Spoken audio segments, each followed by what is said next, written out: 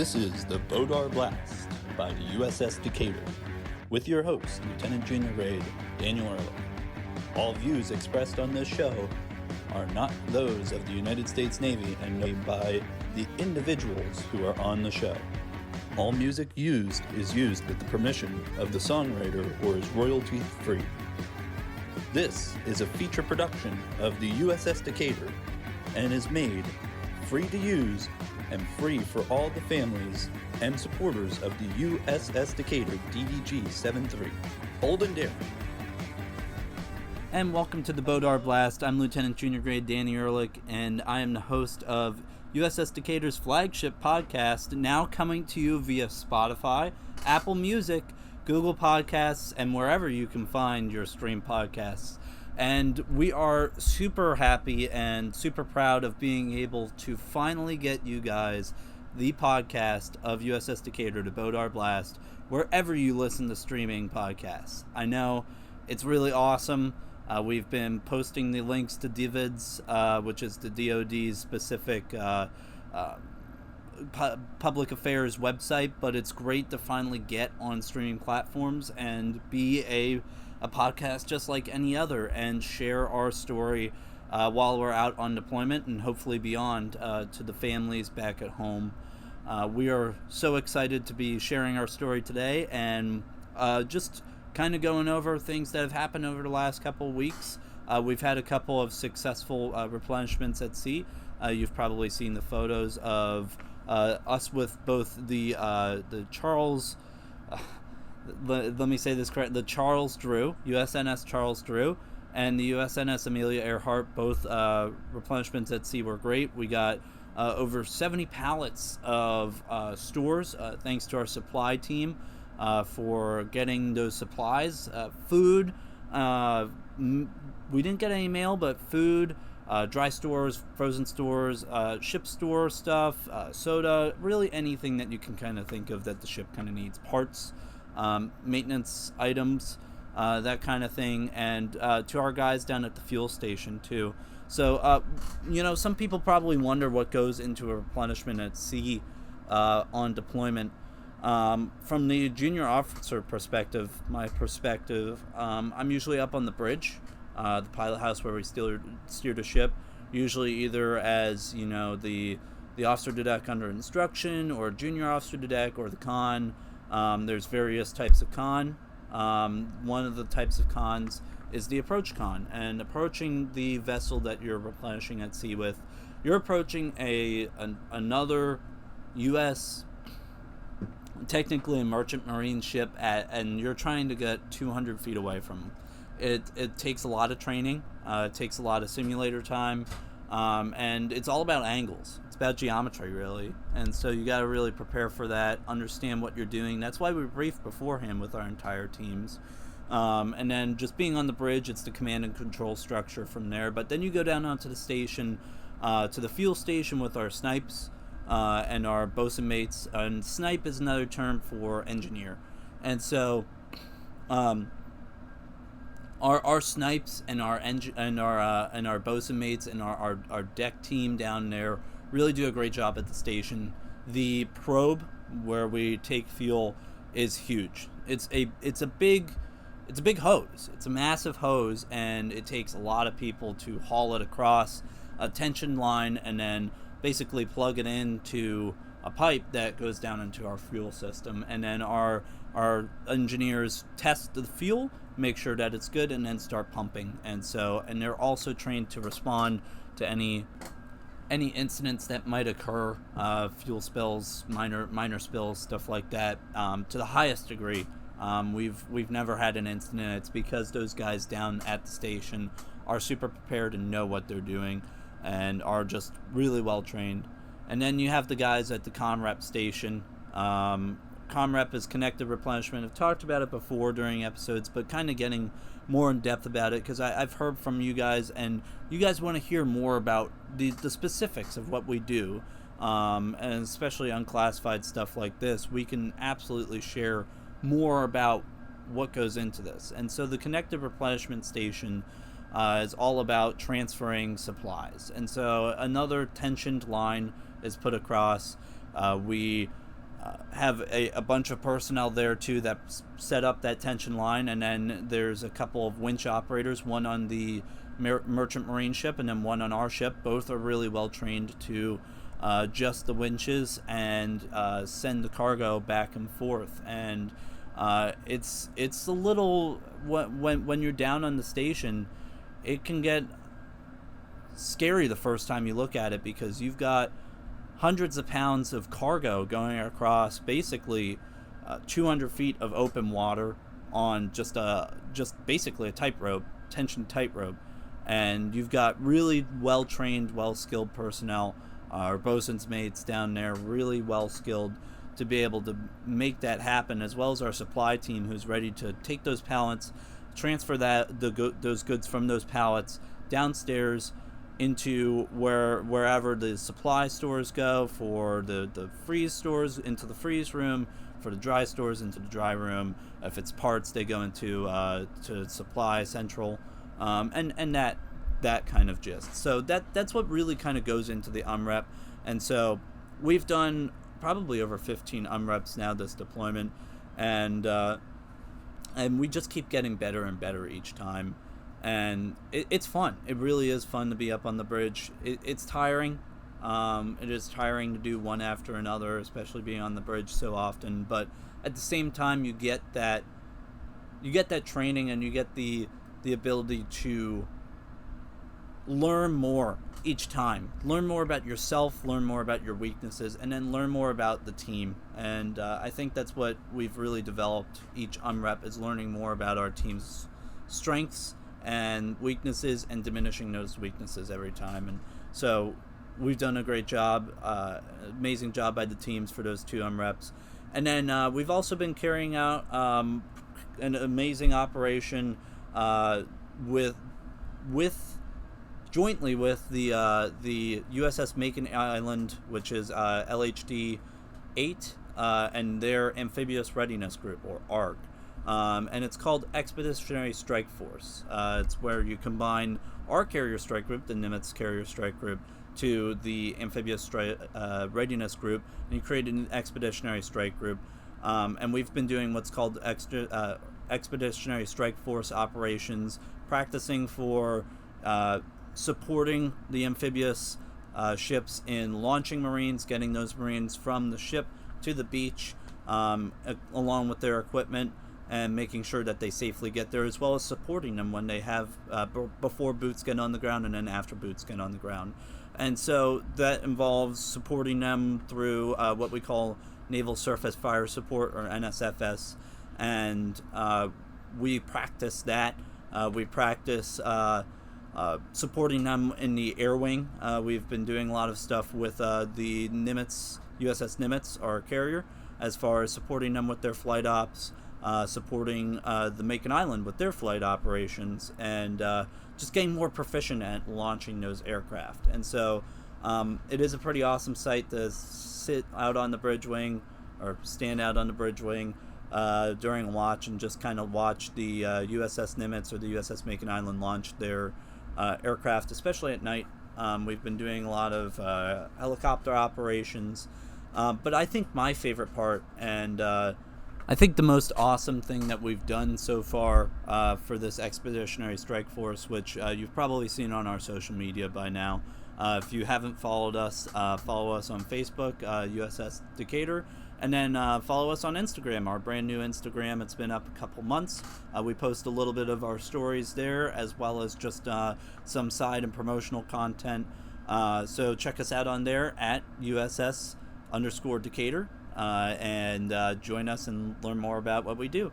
But you've probably seen my favorite activity that we've done for the or event we've done for the Expeditionary Strike Force, and it's been the HVBSS exercise, which is Helicopter Visit Board Search and Seizure exercise. So our Visit Board Search and Seizure team is headed by Lt.j.g Surratt, who is a native of Louisiana. He is what's called the boarding officer, and he trains the team and prepares the team. And I would say it's comparative in a civilian setting to like a SWAT team, but for the ship.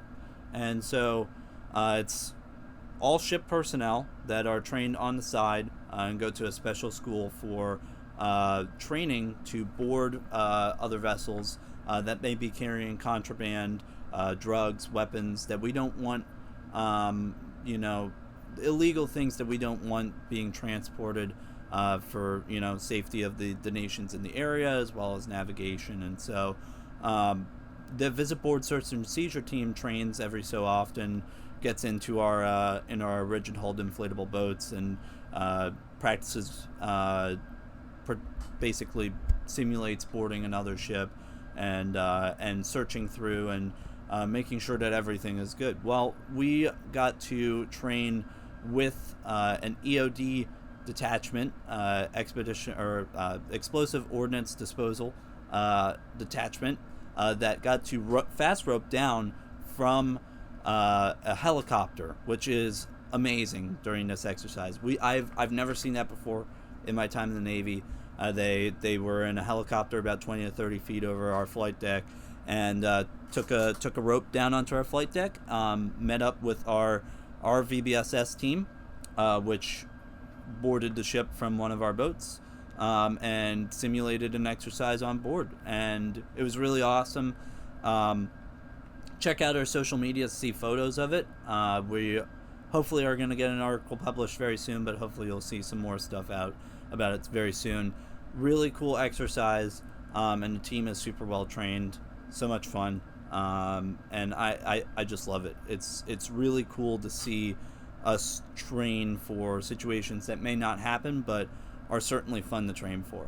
And then just a couple of shout outs this week before we go into our Around the Messdecks segment. But a shout out to Lt.j.g Choi for earning his Officer to Deck qualification, which is kind of the pinnacle qualification for junior officers like myself that are trying to earn their Surface Warfare Officer pin or qualification.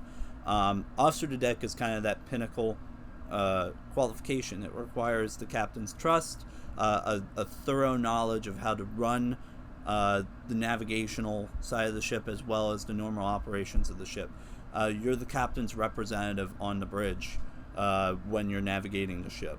And so it's a big task and it's a lot of responsibility. So congratulations to him, as well as congratulations to our own fire control officer, Lieutenant Abrashoff, Alec Abrashoff, who qualified Engineering Officer to Watch, which is an advanced qualification for a surface warfare officer. He's a second tour on board. So congratulations to him. It's a tough qualification to get. Again, this time more thorough knowledge, just overwhelmingly thorough knowledge of the engineering plant, how to run it, and be able to combat it if something does go wrong. So really awesome job, and it's a lot of work to earn those qualifications. So months at a time of studying, preparing for boards, and just being ready. So it is truly, both of those are truly achievement. And going into our Around the Messdecks, we got a fun little question for everybody, and so hopefully you guys have been enjoying this segment, and we're going to cut over to that. And I'm doing another segment of Around the Messdecks on Tripoli Tavern. I'm joined here by IT2 Kramer, FC1 Lau, MC2 Negron, ET2 Nickerson, FC3 McCaskill. And the one question for all of you guys is going to be, what is your go-to item from the ship store? So let's debate. Let's go. Bang energy drinks. Why Bang? Because Bang's the best. Well, they just got Celsius. That's why. Because Bang sold out. Because Bang's the best. Bang's. Aren't those things bad for you, though? Yes, sir. But you need the caffeine. Absolutely. I see you grinning like an idiot over there. All right, FC1? Gatorade. Okay, what kind of Gatorade? Whatever they have. Blue, red, doesn't matter. Okay, what's your primary flavor then? Yellow. Yellow? Yeah. Yellow Gatorade. All right. MC2? My go-to item is Chester's Hot Fries. Chester's Hot Fries, all right. Chester the Cheetah. Yeah. And why Chester's Hot Fries? I don't know. They just hit better than regular hot Cheetos. They do hit different. They do, in fact, hit different. That, by the way, that's our camera talent right there. He does everything around the ship for public affairs. So MC2 Negron, now you know what fuels the beast. So ET2 Nickerson, what do you got? So I usually go for the powdered donuts when they got them in stock. Okay. Although I heard that shade thrown at the best flavor of Gatorade. Okay. They're suspicious. Yeah, I was throwing a little shade because, I don't know, yellow Gatorade just doesn't hit different for me. It's the blue Gatorade for me. It's good. Citrus, everything citrus. Everybody can agree that the red Gatorade is just weird, okay? And then McCaskill, what do you got? So, my go-to item is definitely going to be the noodles. Okay, why the noodles? Because there are going to be some scenarios where you wake up in the middle of the morning and you're just starving, but sometimes the breakfast line may not be open, or the galley could just be closed, but you're still hungry. You need to fill your stomach. So noodles are a perfect commodity for that. Yeah, for sure. They're an any time of the day meal. Yes. All right, thanks guys, appreciate it. And that was around the Messdecks, and I'm going to actually cut over to another special guest prior to our interview here. But we had a question for LS2 Henry from somebody that actually listens to the podcast, which was, how does our mail get processed on board? So, awesome question. It's from a mom of one of our sailors, so we're going to pass it over to LS2 Henry. And I'm here with LS2 Henry in the mail office itself, the post office. And LS2 Henry, you've probably heard of him before the last podcast, but he is also our mail clerk, and he's here to answer our question and answer session. So, LS2, how do we organize and sort our mail when it comes in? All right, so this is usually how our processes usually go from here. So usually whenever the ration comes aboard and everything like that, before it does, they give us like what we call a pallet count. So they pretty much break it down. It's like, hey, you have maybe 5, 3, or 7 tri-walls that's coming in or everything like that. From there, that's how I pretty much be able to actually plan out like how I'm going to execute the actually evolution with the rest of the supply department. So usually how I usually do is that once we actually start receiving the mail, I usually have my mail orderlies because they're the only ones who are actually allowed to actually touch mail. We go ahead, the things touch down on the stuff, we break it open, the pallets, and then after we start moving it down, straight down to the post office. For most parts, usually like say we're taking mail on the starboard side, I'd usually go to the port break, down from the filter shop, going all the way down to 3MC's office, and then after that shoot straight back down to the postal P-way, where after that I just pretty much throw it inside the post office from here. Once we get everything that can fit inside the post office, what I'd have to do is I'll close off the postal P-way sections, and then after that have all my mail only stand by their individual divisions signs, just to let them know that, okay, hey, this is where CA is going to go, where CG is going to go, and everything like that. From there, once we start breaking open the actual bags, we start calling out names. We're like, hey, STG3 Thompson, and then after that it will be, oh yeah, this is CA, and then after it gets moved to CA. Or let's say DC3 Paez will end up going to ER division, and then after the mail orders will go ahead and stack them up, and then after that, once we're finished with that one, they'll go ahead and write out the pink slips. Once the pink slips are done with all the information, pretty much meaning the tracking number, who's going to go to, who made the slip and everything like that, they'll go ahead and take the pink slips and it'll actually deliver to the person who is supposed to go for, and then after that person's job, who the mail is supposed to go to, is going to sign it. And then after that, they'll come bring it back to the post office. And then after that, we'll exchange the actual mail for the pink slip just to make sure that, okay, hey, there's been a change in custody. And that's pretty much how we actually mail. Got it. And then why are the mail orderlies the only people that can touch the mail then? So the mail orderlies are the only people who can touch the mail because they're the ones who have been given special training in how to handle the mail. Because right now, the DoD has a special agreement with USPS in order to use their services, and that was pretty much like one of the stuff. They want us to know how to actually handle mail, because any offense against mail, pretty much meaning that you're going to take it, you're going to damage it, or anything like that, is actually a federal offense, and people can actually go to jail and maybe fines in accordance with that. So just to make sure that, you know, mail is actually delivered to the right person at the right place at the right time, we just pretty much limit who can actually touch it. Yeah, mail tampering's a bad thing, even in the Navy. So thank you, LS2. I appreciate you answering our question answer session. Hopefully that answered your question back at home. And we're back from LS2 Henry. Thank you so much, LS2, for contributing to the show. And he's our postal clerk on board, and so he knows everything there is to know about mail. And I am proud to introduce, to round out the show, because this will be the end of the main part of the podcast. The show will close out with our interview, because for our 5th episode of the BODAR Blast, I have a special feature interview.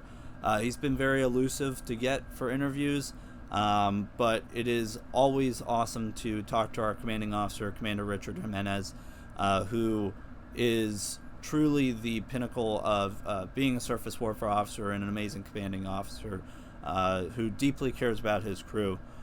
He gave us really kind of the inside scoop on what it is to be a commanding officer at sea.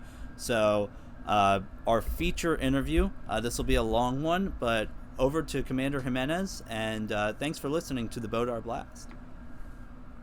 And I'm joined by the commanding officer of USS Decatur. A really elusive interview throughout this past week, but it's really awesome that we could get him for our fifth episode.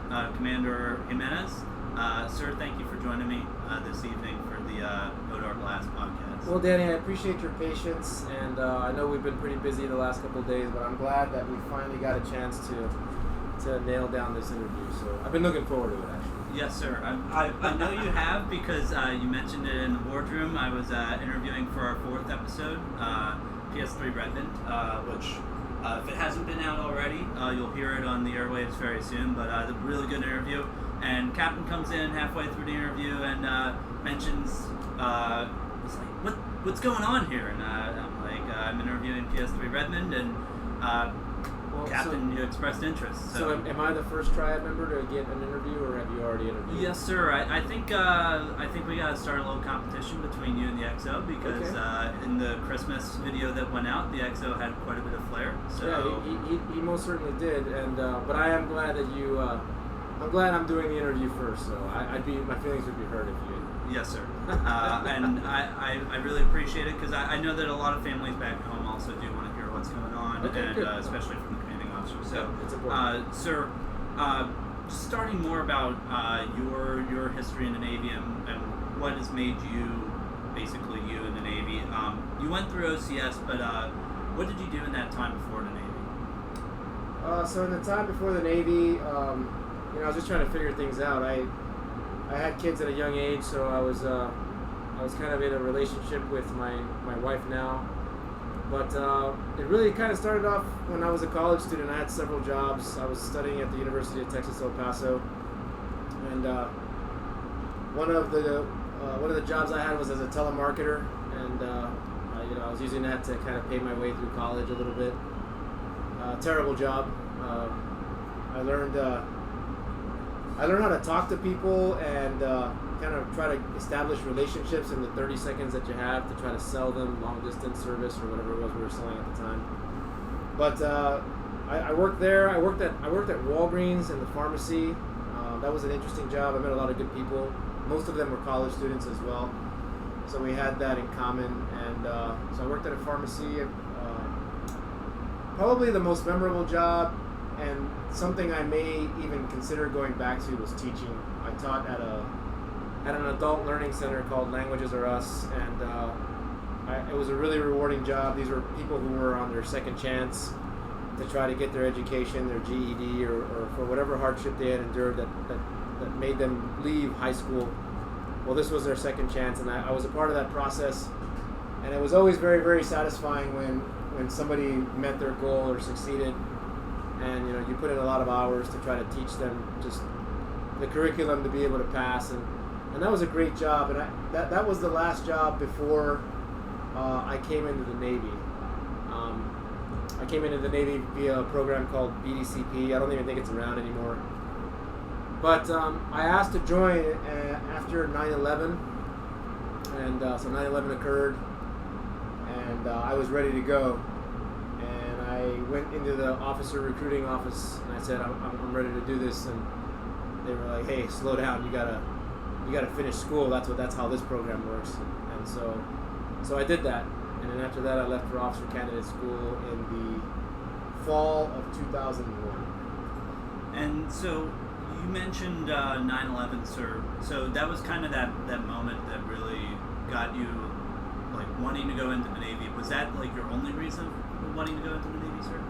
Not my only reason. I also kind of ran out of options for college in terms of money, and so I had bounced around a lot, and I just basically ran out of financial aid. And I had an older brother who was in the Navy at the time while I was a college student, And me and my older brother Ivan, he was talking to me about places he had been, and he grew up in the same house that I did, and I just thought that, wow, he's having this great adventure. He's a naval officer. He's also the first person to graduate from college in our family, and it was working out for him. So I had always considered it, but the event that kind of pushed me over the edge towards military service was 9/11. Got it, sir. And you also mentioned having a family early on in kind of your life and your career. So throughout your career, what's it been like being both an officer and eventually an executive officer and a commanding officer, and being also a father, a husband, a family man? How do you hold that balance? Wow, that's a great question. So the way I saw things then was I was really about meeting my goals in the military and in the Navy, and meeting my promotions, making sure that that I was tracking in the right direction. And I attribute a lot of my ability to being able to do that to my wife. And a lot of the issues that other folks have with spouses and the children, and especially dual mil. I have a lot of respect for dual mil folks trying to take care of kids and raise a family while you're both doing the military. But for me, it was really Patty, who always just did whatever she needed to do to keep the family together. And the experience of leaving on deployment for the first time and leaving the family behind was rough. And it was just a tough deployment. We didn't have a lot of the same communications that we have now. You had to buy a calling card to call home, and basically meant you weren't talking to anybody until you either pulled back in or pulled into port. But the kids, they just grew up with it, with the idea that from time to time I would leave on these deployments, and the family always pulled together, centered around my wife. And when I returned, there was always a rough kind of patch, reassimilating with the family, and assuming either the head of household role or the support role. But we always made it work. I think my daughters and my wife kind of got used to it after so many deployments. But now I see things a lot differently. My kids are grown up, and my wife's back in San Diego by herself, and I think about that a lot from time to time. But I missed out on a lot of stuff, but I was also in the mode of providing for the family. And now that my kids are grown up, I ask them this question all the time, and they don't remember anything bad about it. They mostly remember that I would leave, and then they would miss me, and they were always just really happy to see me again when I got home. And now when I talk to them, they're just really proud that me and my wife are still together after all this time in the Navy, and they're sharing my career success with me. So they're a big part of it. Yeah, sir, and I agree. Dual mil to mil is really tough, and those relationships in the Navy and in the military are really tough, sir. So that you've been able to keep that really strong relationship with your family is amazing, sir. How do you, when you are home, how do you kind of keep that relationship with your family? What kind of events and things do you do to make sure that you keep those bonds strong? Well, I listen to my kids and all of the craziness that they have going on in their young lives. I try to give advice, but I don't try to. I try not to tell them what to do. I just try to give advice and support what they're doing now. My oldest daughter is she's trying to become a teacher at a high school. She's got training as a nurse, but she's trying to. So she's been a teacher at Great Bridge High School now for a couple of years. She's got a 5-year-old grandson, or 5-year-old son who's my grandson, and she's all about Austin, who is the love of our life, our grandson. My younger daughter's a senior in college, and she's going to graduate here soon. And it's just whenever I talk to her, she asks me for advice on things, and I'm glad that they even ask for advice. I give it. I don't try to push too hard. With Patty, Patty's pretty much my rock, and she's the one that has kept everything together. And I know that whenever I need somebody to talk to, that she's always there. So it's just really about trust and relationships. But at this point in my career, I see things differently, and I'm a lot more calm. I know when my kids were growing up, from time to time I sometimes would treat them like the sailors. At least that's what I was accused of a lot.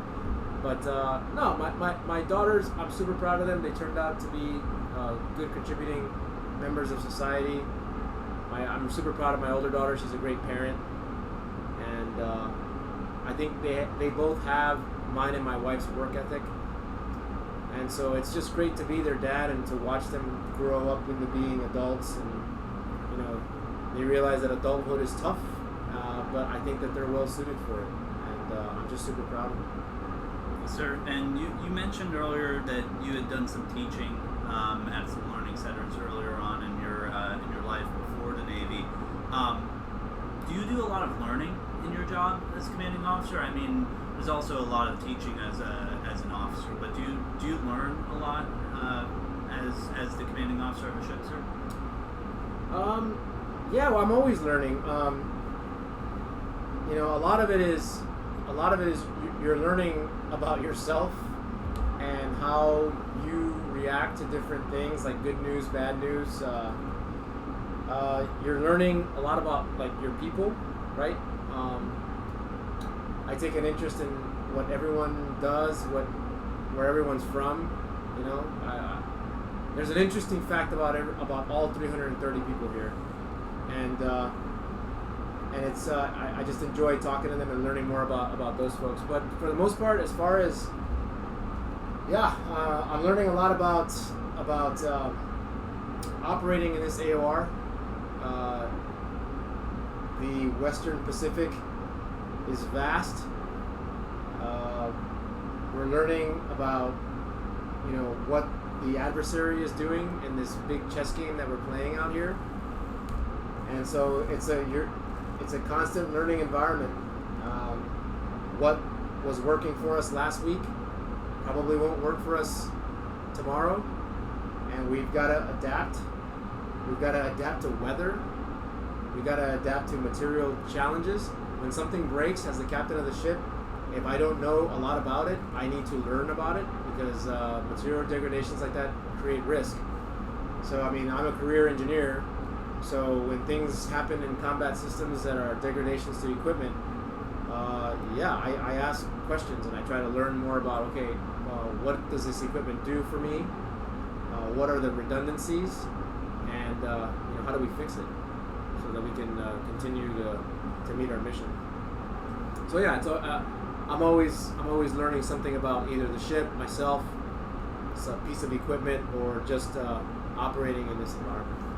Yes, sir. And I learned earlier this week from you about kind of what you feel your role is as commanding officer, and how you feel your responsibility is to the sailors on this ship. So for everybody back at home, what is your role as commanding officer? What are your responsibilities? What is kind of the commanding officer of the ship? What do they do? Well, it's all encompassing. First, I'm in charge of the employment of the ship. That's the basic nature of being the CO. So the ship needs to be able to move, shoot, communicate, integrate with other vessels. We need to be able to plan, execute missions, and all of that falls under the umbrella of the CO as far as how we do that.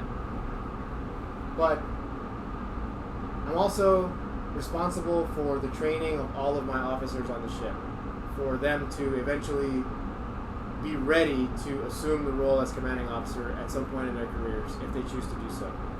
So that's part of it. So, I got an entire wardroom of 40, I think there's 44 of you, and I'm responsible for training every single one of the officers. Every crew member has something going on, whether that's making sure that their pay is correct, making sure that their families back home are taken care of. A lot of them have certain issues. They have things that they want to do with their careers. They have advancements that they need to meet, and so my job as the CEO from that perspective is to provide the opportunity, to provide the opportunity, to provide the platform, and to provide the mentorship and guidance to get every sailor to the next level and to get them to meet their goals. Because if the sailors on an individual level are meeting their goals, overall the ship is meeting its goals. And lastly, I'm overall responsible for everything that goes on this vessel. So whatever happens, I'm the one who ultimately has to answer because I have ultimate responsibility. So with that means that I have to be able to provide top cover for the mistakes that are made by my crew. I have to be able to support and remove barriers from the crew so that they can effectively do their jobs. And so there's a wide variety of different things that I'm responsible for, but overall I would say that I'm responsible for the people, the ship itself, and everyone on it. So I mean, it's kind of a hard thing to describe. It's a really intense job, sir. It's a really rewarding job, though, too. I mean, I'm always just so proud of the ship and the crew, and I've been here since December of 2019 as the XO, and now as the captain. And I've just seen the transformation of the ship, and everything is trending in the right direction. So, in the 22 years that I've been in the Navy, there isn't a single job that has been as rewarding as this job. Even with all of the changes and a lot of it, quite frankly, is some of the heartache that you have because you can't do something to help a sailor. But even with all that,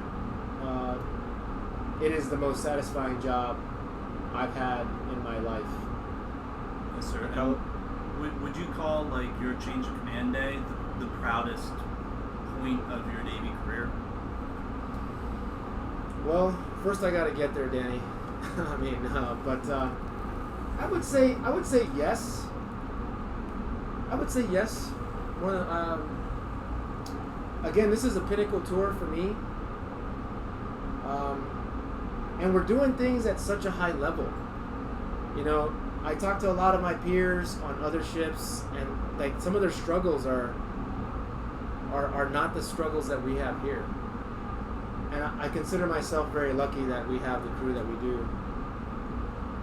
But for me to be here as the CEO of this ship on this pinnacle tour, and with all the success that the ship has had, and all the good that we've done for all of our sailors, I would say, yeah, turning over a good post-deployment ship that understands how to execute, turning that over to Commander Furtado, who's going to be my relief, is going to be a very, very proud thing for me.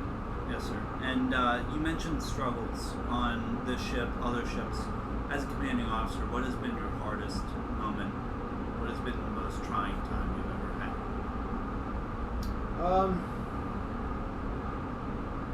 I've had a couple. Mostly it's when... I mean, I've had a couple of these. So mostly it's when something's unfair towards one of the sailors, and then there's not a whole lot that you can do about it, and sometimes those situations are frustrating. That, you know, had you had a little more information a little bit sooner, you probably could have done something to help, but because you didn't know, or because somebody didn't speak up, you had an issue. And so that's always a very frustrating thing, because as the captain, you have a lot of power to do things for people and to make sure that situations are set up for our guys. But when you don't know what you don't know, and then something happens that impacts a sailor in a negative way, that's always very frustrating. I would say Chateau was tough, Chief Chateau, and that was probably one of the toughest things I've ever had to deal with in my career, is talking to his family about what had happened with him. And the question that I had to answer was, she asked me, in September, my son was fine, and he got promoted to chief, and I didn't hear from him for about 2 months, and now this is the news that I'm getting. Can you please tell me what happened to my son? And I didn't have an answer for her, and I tried my best to explain what I knew, and I knew that it wasn't a good answer, and it wasn't satisfying, and I didn't feel good about it. And but I really admire that family. Getting to meet them in person was a lot of closure for me, and I still keep in touch with Chief Chateau's mom, but I would say that was a really trying day that had happened. What else? Yeah, those were some of the tougher days. Again, most of the time when we have issues, we make mistakes, but we move on. But those were two of the most trying times that I can remember recently. Kind of flipping it around a little bit, sir, to more to a positive end from the hardest. You mentioned finding peace here. How do you find peace at sea? What do you do? What's your routine every day? But also, where do you find peace on this 505-foot long metal ship? How do I find peace? Okay, well, in the moments where I'm by myself, like in the morning, I wake up and I try to exercise. I think that's the best way to kind of start my day off. And I know that throughout the day, I'm probably not going to have time to work out. And so I started I wake up at 5 and I'll do a push-up, sit-up, and a stretch regimen that I do every day. And that gets me ready to start my day. I mean, at that point, I'm like, okay, at least I've got that under my belt. Oftentimes, I'll just kind of admire just nature. I'll go up, stare out the bridge, and just admire the wild blue and the weather. The sunsets are really nice out here, and that's something I didn't do before. When I was out to sea, I didn't appreciate it as much as I do now, and I think it's probably nostalgia that I won't have this after this tour, because this is my last sea tour. But I just appreciate like sunsets, nature, being out on the ocean, the humidity, the heat. So I take a lot of solitude in that.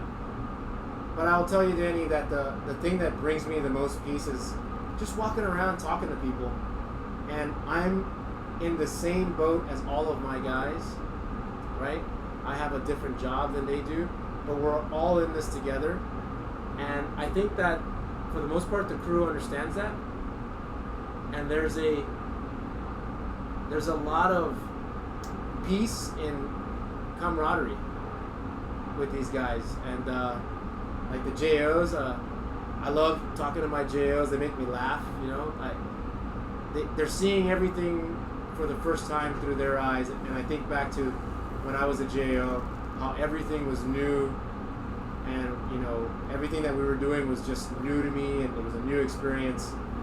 And all of my JOs are experiencing that, and for me, that's just really awesome, and I get a lot of satisfaction. But I take peace in knowing that I am here with people who are all pulling in the same direction and who want the same things that I want. Yes, sir. And when you go work out in the mornings, especially on Sundays, up on the bridge, you call up and you say, hey, I'm going to be at the gym, and we're like passing over to Ned. Hey, Captain's going to be at the Church of Iron. We're going to, reports go over to this, to the XO. But we definitely see you at the gym around out in the bridge wing, just enjoying the sunset, sir, and it's definitely being out there in the wind and all of that is just. Well, part of it is I got to keep up with you guys, right? So I mean, I can't fall too far behind, even though you guys are a lot younger. I feel like your run times are better than mine, sir. But you talked about being a JO, sir. So you see the JOs now, but what was kind of your SWO process like? What made you choose SWO out of OCS, and then what was your qualification process like? Yeah, so initially I was a business major when I graduated from college. And so at OCS, I was going to actually be a supply officer initially. But I didn't want to be a supply officer, and I didn't know anything about the Navy, and I really just, I wanted to do like real Navy stuff. And supply just seemed like it was, in the business world, and so I wanted to do like your traditional naval stuff. And so I picked SWO when I was still in OCS. And so me and two others who were in my OCS class were all going to the same ship. And so I arrived on board USS Lassen in 2002. And I flew out to Japan to meet the ship.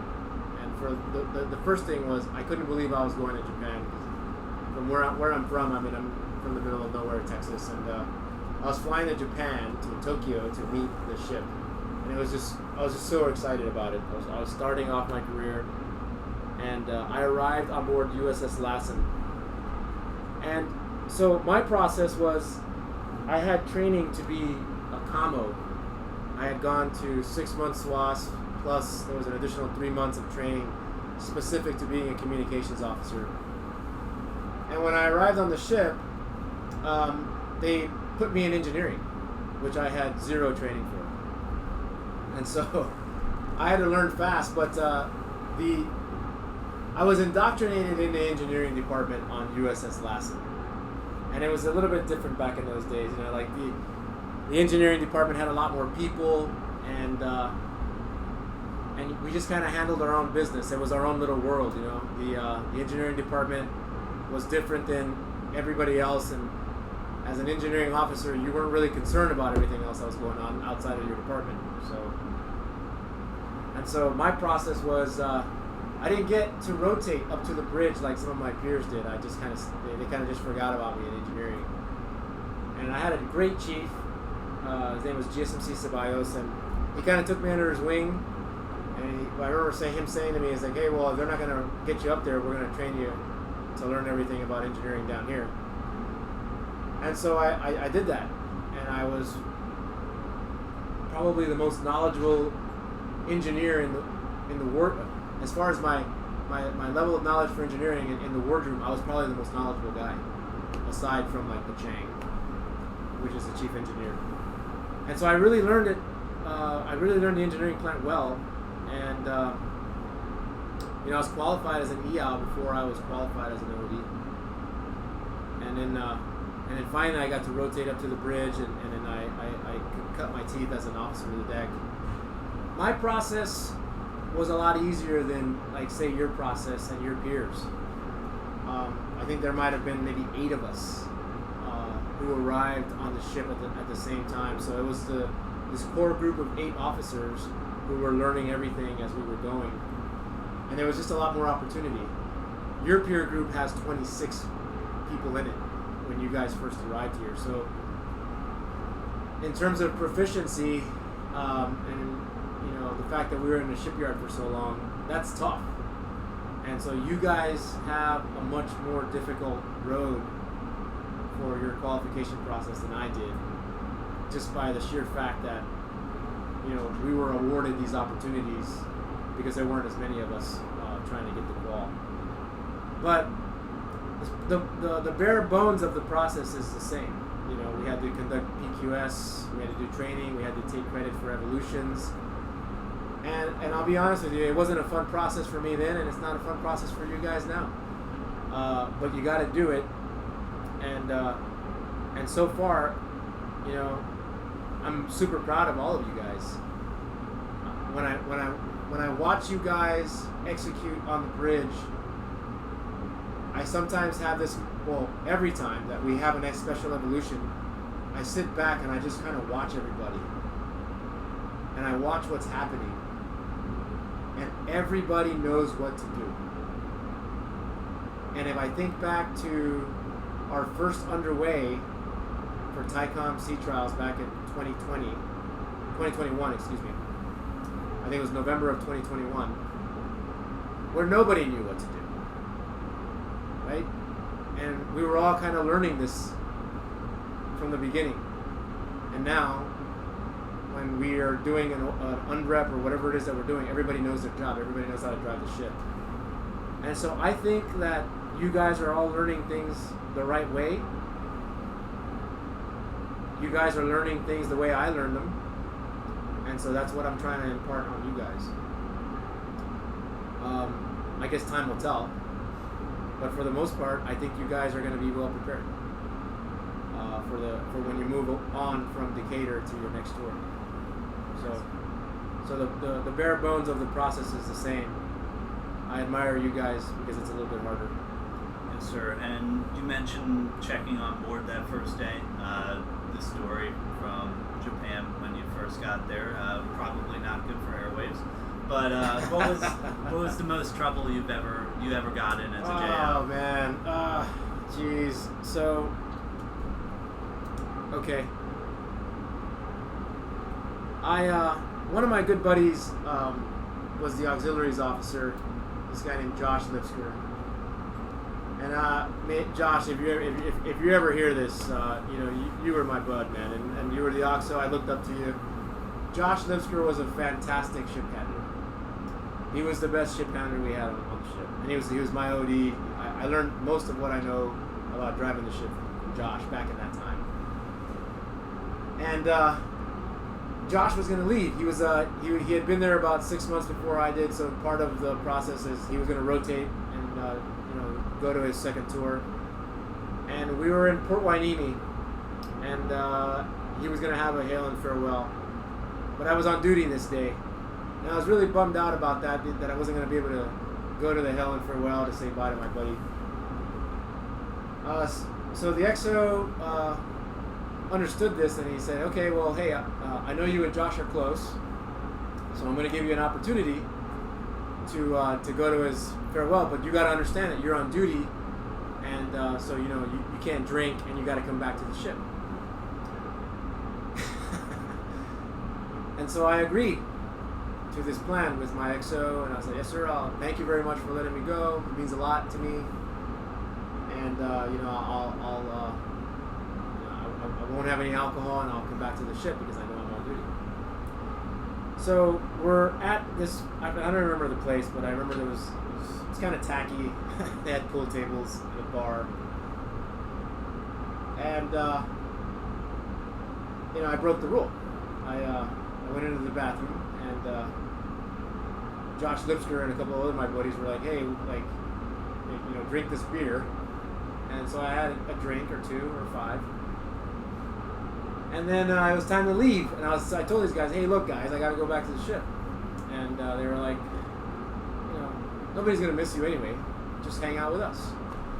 So I didn't go back to the ship. I didn't do either of the things I told the XO that I was going to do. I drank, and I didn't go back. So the next morning, I come back at 6 in the morning after being out all night, and it was the walk of shame back up to the ship with the rest of the duty section. He's like, wait a minute. Isn't that guy in this duty section? And I got a little bit of trouble for that. And my boss, Jamie Burtz, who was a great department head, he was a great Chang. I had him actually for my first tour and my second tour, so that was an unusual case. But I had to. A lot of what I learned about the Navy was from Jamie Burtz. Stuck his neck out for me and had to explain to the captain that, hey, he's a good divo, he just got carried away. But I got into some trouble, and I got written up, and I couldn't go out the next port visit that we did. So it was basically restriction for officers. So I decided to stay on board, and I did training on good order and discipline as penance for my slip up. But that was about the most trouble I'd gotten into as a JO. There's a couple of other things that I probably won't mention on this podcast, but I guess that's the most rated PG. Yes, sir. It's a good story of how you can make a mistake in the Navy and still be able to be a commanding officer and have success. So, I mean, not everybody's going to get it right, and the Navy in those times was a little bit different than the Navy today. Yes, sir. we had a very work hard, play hard mentality on that ship. We can still work hard, play hard, sir. Yeah, we but can still do it. Yeah. we are working hard out here. You mentioned earlier in the AOR. We're out here with the Chinese. We've had interactions with them. Russians are sometimes out here too. Right. What do we provide out here for people that might be back at home in California or anywhere in the United States? What do we provide for the United States out here in the Western Pacific? Yeah, so what's going on in the Western Pacific is,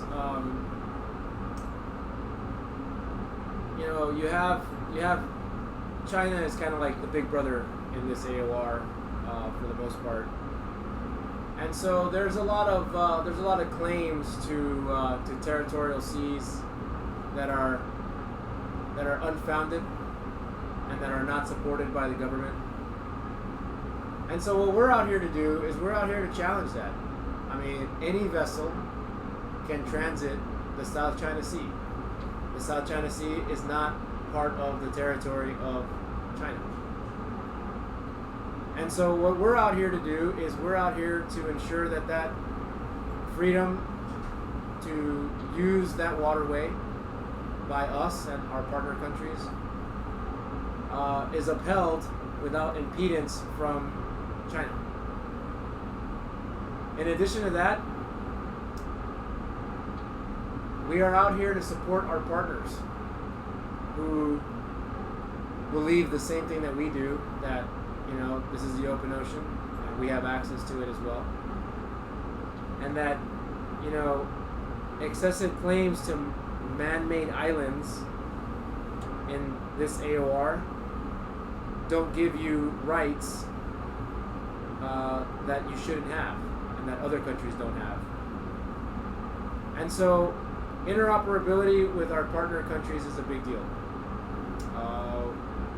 Primarily Australia, Japan, Korea, and other countries that we've had a lot of joint exercises with in this AOR.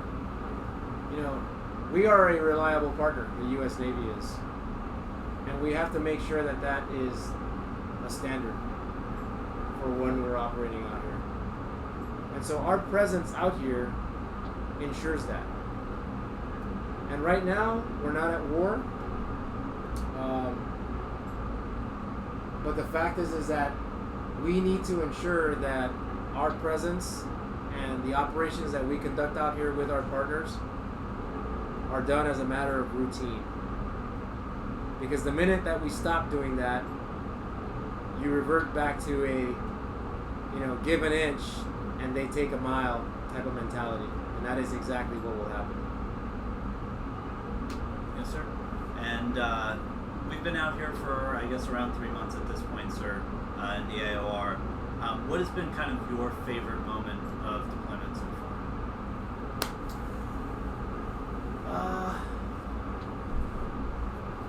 Let's see, favorite moment of deployment.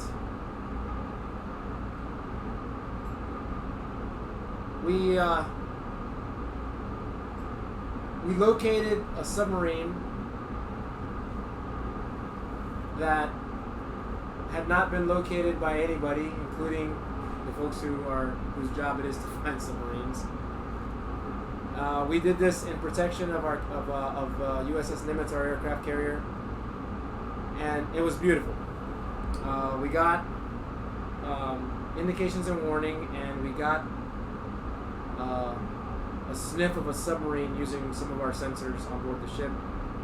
And at the drop of a hat, everybody was manned up. We had good contact on the submarine. We were in control of friendly aircraft to assist us in prosecuting the submarine. And at the drop of a dime, everybody was doing exactly what they were trained to do to try to locate a submarine on board the ship. And we did a great job. The other great deployment moment was we were the primary air defense ship and the primary ballistic missile defense ship for the strike group. And we had a casualty to our primary air search radar, and within 24 hours, our guys worked around the clock to restore that capability, and that was so important because as the air defense picket ship, we are the forwardmost ship that is providing early warning for the rest of the strike group of any inbound aircraft, and that was an important job that we were tasked with, and our guys, you know, they went above and beyond to ensure that we were able to get to execute that mission. The other one was Singapore, pulling into a foreign port, and that was our first foreign port visit. And the team just did a phenomenal job. Everybody from the navigation team was done. We were just extremely professional, navigating in a foreign harbor, having never done it before. And everybody was excited about our first foreign port visit. And we had been out at sea for close to 50 days at that point. And I was so proud of the team, and being able to take our ship from San Diego, California on December 2nd with 340 of our crew and represent the United States and our families and our ship in a foreign country with our ship, you know, taking our ship from San Diego to Singapore was a really proud moment for me and our crew. And it just demonstrated the professionalism of the guys that we have on board. Yes, sir. And last question, wrapping it up. You're the commanding officer of the ship. You're an officer, but if you had gone enlisted, sir, what would have been your rate? What rate would you have chosen, sir? If I had gone enlisted, what would be my rate? That's an easy one. I'd be a gas turbine systems mechanical technician, a GSM. And why, sir? I love machines. I have since I was a kid. I've always loved machines and machinery. And all my life I've worked around engineers, and I've just always had an affinity for, you know, guys who work on gas turbine engines. The gas turbine engines that we have on board the ship, and the main reduction gear, and everything that kind of makes the ship move through the water. That system of systems, to me, is fascinating. It's always been fascinating, and I've always loved it. One of the things that I used to love the most when I was Chang is full power demonstration. And it's just an awesome feeling to go down into main machinery room number 2, where the majority of your equipment is, and it has a certain sound and smell to it.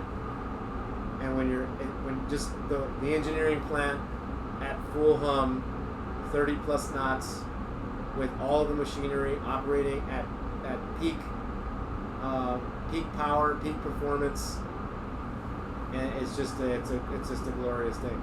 Yes, sir. And if I were enlisted in the Navy, I would want to be one of the guys who maintains, fixes, and cares for that equipment.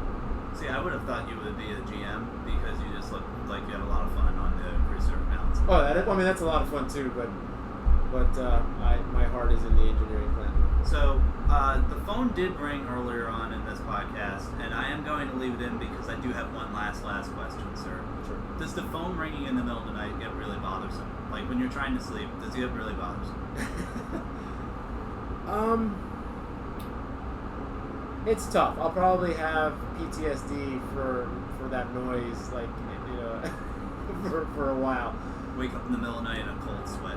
No, I mean, so first of all, it's really loud. This phone is really loud, and then the one in my sleeping compartment is even louder. And so I get calls, and I try not to be angry when I do get annoyed with it. But I try to answer, and I try to focus on what I'm being told. But people calling me in the middle of the night is about trust. And there's a reason for why you have to inform the captain of certain issues in accordance with our standing orders. But I would rather get a call and know something's going on than not get a call and not know what's going on. And so no, it isn't annoying. It's just part of my job. Yeah. The phone rings, I've got to answer it. Yeah, because sometimes I feel like I just wake you up from a really good dream and you just roll over and cap, and I feel so bad. Well, don't feel bad about it. I mean, again, that's my job here, and the fact that you call every time, Danny, I don't get angry with you. That just means that you're doing things the right way, and I trust that you're going to do that throughout your time as a bridge watchtower. So awesome. Well, sir, thank you so much for the interview. Awesome interview. Feature for our 5th episode, and hopefully we can have you on another time and get some. Yeah, I'm happy to do it. I do have one last thing though, just a quick message for the families. So the message that I have for the families is that I'm always just so proud of the sailors that are on board the ship.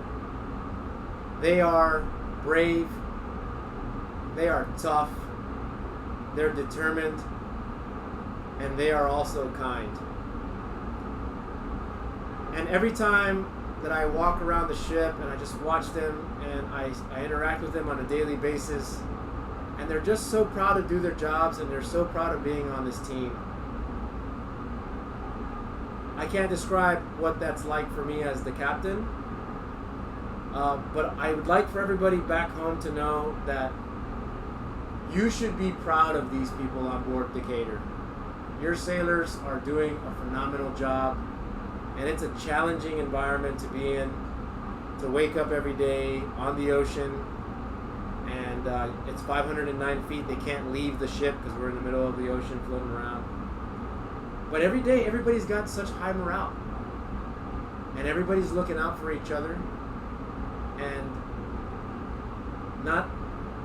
we're just so lucky that we have that bond. And for the families, your sailors, your sailors on board the ship are doing well. They're safe, and everyone's looking forward to getting back home and reuniting with the families. Thank you, sir. And I mean, I can't outdo that ending. So from the USS Decatur, we'll talk to you guys next week. Thanks for listening to the BODAR Blast.